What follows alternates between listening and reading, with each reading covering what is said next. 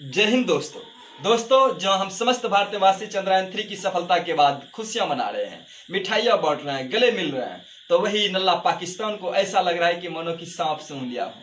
वही बात अगर चमगादड़ चाइना की जाए तो लग रहा है कि उन्हें कोरोना वाला चमगादड़ जकड़ रखा है।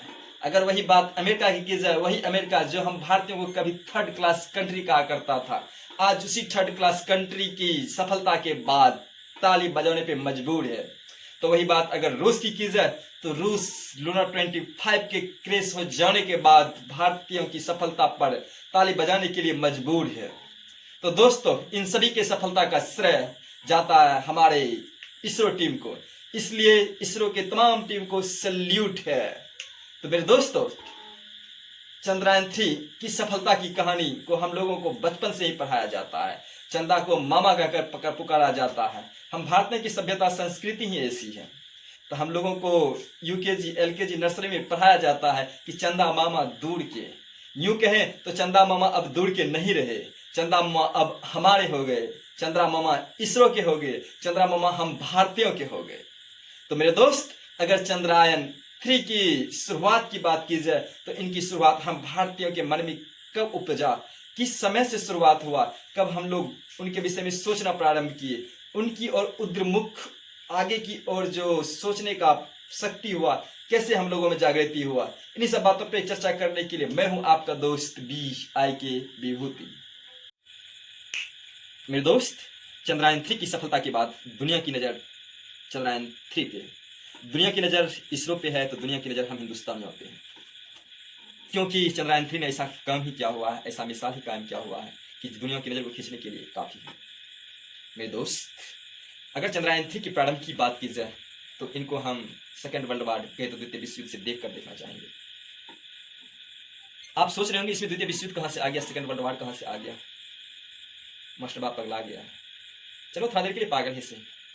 मेरे दोस्त, मेरा मानना है कि चंद्रयान 3 की शुरुआत कहीं ना कहीं चंद्रयान प्रोग्राम से हुआ है, और चंद्रयान प्रोग्राम की शुरुआत अमेरिका की अपोलो से हुआ है। तो वही अमेरिका की अपोलो की शुरुआत रूस की लूना से, तो रूस की लूना की शुरुआत सेकेंड वर्ल्ड वार कहीं तो द्वितीय विश्व युद्ध से। कहानी की प्रारंभ कुछ इस प्रकार होती है। सेकेंड वर्ल्ड वार के समय दुनिया के तमाम देश दो भागों में बटा हुआ होता है। एक होता है मित्र राष्ट्र, तो दूसरा ध्रुवी राष्ट्र।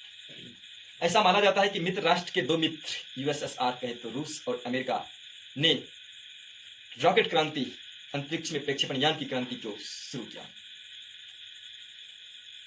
द्वितीय विश्व युद्ध के समय अमेरिका मित्र राष्ट्र जापान को आत्मसमर्पण करने पर मजबूर करने की कोशिश कर रहा है। ये जापान है कि हाथ ही नहीं लगता, जापान है कि झुकने का नाम ही नहीं लेता। मित्र राष्ट्र तबाह हो जाते हैं। वो कहते हैं कि किसी भी स्थिति में जापानियों को आत्मसमर्पण कराया जाए। तो उस समय सभी की नज़र अमेरिका के राष्ट्रपति के ऊपर जाता है। उस समय अमेरिका का राष्ट्रपति हुआ करता था हैरी ट्रूमैन। हैरी ट्रूमैन लिखते हैं कि जिनका दायित्व मित्र राष्ट्रों पर होनी चाहिए, उनकी सारी जिम्मेवारी मेरे ऊपर है। अतः मेरा लक्ष्य होगा कि हथियार का उपयोग करना और युद्ध को समाप्त करना। ऐसे ही लक्ष्यों के साथ हैरी ट्रूमैन ने मानवता को संसार करने वाले परमाणु बम का उपयोग किया। वो तिथि था 6 अगस्त 1945 और 9 अगस्त 1945। पहला हिरोशिमा, दूसरा नागासाकी। बम का उपयोग करते ही जापान में, संपूर्ण जापान में पूरा धुआं ही धुआं हो गया, कुछ भी नहीं बचा। वहां कितना की लाश इस तरह बिछ गई कि उसे उठाने वाले कोई नहीं थे। ऐसा माना जाता है कि जिस जगह बम गिराया गया था उस जगह का इंसान आज भी किसी न किसी रूप से अपंग ही पैदा होते हैं। कितना मानवता को शर्मसार कर दिया। मेरे दोस्त, उस समय रूस अमेरिका से पूछता है कि साहब आपने ये क्या किया। वो बोलते हैं कि सुपर पावर बनना है, ये सब करना होगा। तो रशिया को आश्चर्य लगा कि परमाणु बम बना के कोई सुपर पावर कहला सकता है। फिर कुछ सोचा विचारा, और उस दिन से कहीं ना कहीं रूस भी अपने आप को सुपर पावर के रूप में देखता था। वो भी दुनिया को दिखाना चाहता था कि हम भी सुपर पावर हैं, और उन्होंने इस पे काम करना प्रारंभ कर दिया। बात 1959 ईस्वी की आती है। 1959 ईस्वी में उन्होंने अपना स्वयं का स्पेस स्टेशन, अंतरिक्ष स्टेशन खोला, स्थापना किया। स्थापना करने के साथ ही 1959 से कहें तो 1976 तक उन्होंने कुल 24 मिशन लागू किया, वो लूना के रूप में था। यानी कहने के सेंस 1959 से लेकर 1976 तक लूना 24 का उपयोग किया, जिसमें से 15 सफल रहा। जिसमें से अगर बात लूना 2 की जाए तो लूना 2 चांद की पहला मिशन था जो चांद पे पहुंचा था।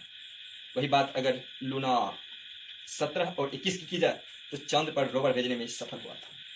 वही बात अगर लूना के मिशन की संपूर्ण की जाए, लूना के 2 मिशन हुआ करता था जो चंद्रमा पर से मिट्टी और पत्थर को लाने में सफलता हासिल की। इसको देखते हुए अमेरिका ने सोचना प्रारंभ किया कि इस दौर में हम कहाँ पीछे रहे। अब कहीं ना कहीं अमेरिका को लगने लगा कि रूस हमसे आगे हो जाएंगे। तो इस स्थिति में